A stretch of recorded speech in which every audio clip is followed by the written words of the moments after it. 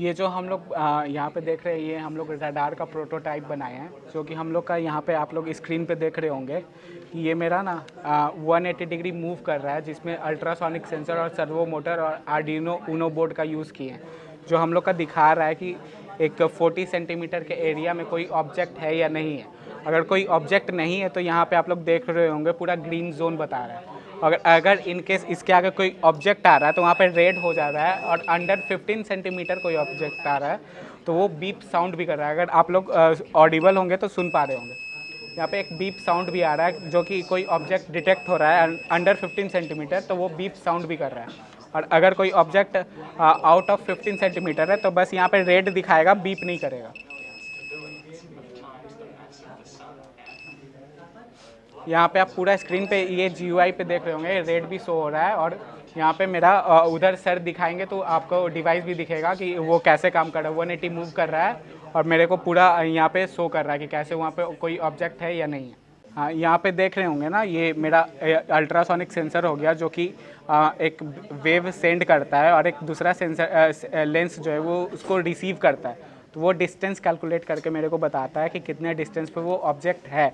तो ये ना सर्वो मोटर के हेल्प से 180 मूव कर रहा है और मेरे को यहाँ पे दिखा रहा है कि कोई ऑब्जेक्ट वहाँ पे है या नहीं। अगर हम इसके आगे अपना हाथ दें तो वो आप लोग सुन पा रहे होंगे कि वो बीप साउंड कर रहा है। और अगर इसके आगे कोई ऑब्जेक्ट नहीं है तो कुछ नहीं, मतलब मेरे को यहाँ पे ग्रीन दिखा रहा है।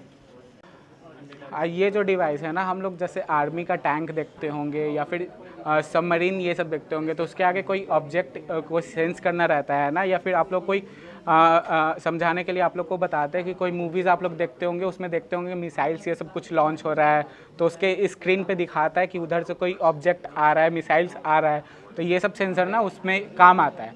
या फिर नॉर्मल ऐसे देखें तो अभी टाटा का कर्व ये सब देख रहे होंगे, या फिर महिंद्रा का XUV ये सब देख रहे होंगे, जिसमें ADAS फीचर यूज़ होता है। तो ADAS हम लोग का क्या काम करता है ना कि कोई भी आगे ऑब्जेक्ट आता है तो उसको हमको डिटेक्ट करता है कि आगे कोई ऑब्जेक्ट है, तो हमको अब ब्रेक करना है। तो ये सब उसी में काम आता है। अगर यहाँ पे कोई ऑब्जेक्ट आ रहा है तो वो मेरे को बता रहा है। अभी तो ये प्रोटोटाइप है, तो इसका इम्प्लीमेंटेशन बहुत बड़ा है। जैसे ADAS ये सब में यूज़ हो रहा है ना कि कोई भी ऑब्जेक्ट आता है तो गाड़ी ब्रेक कर देता है।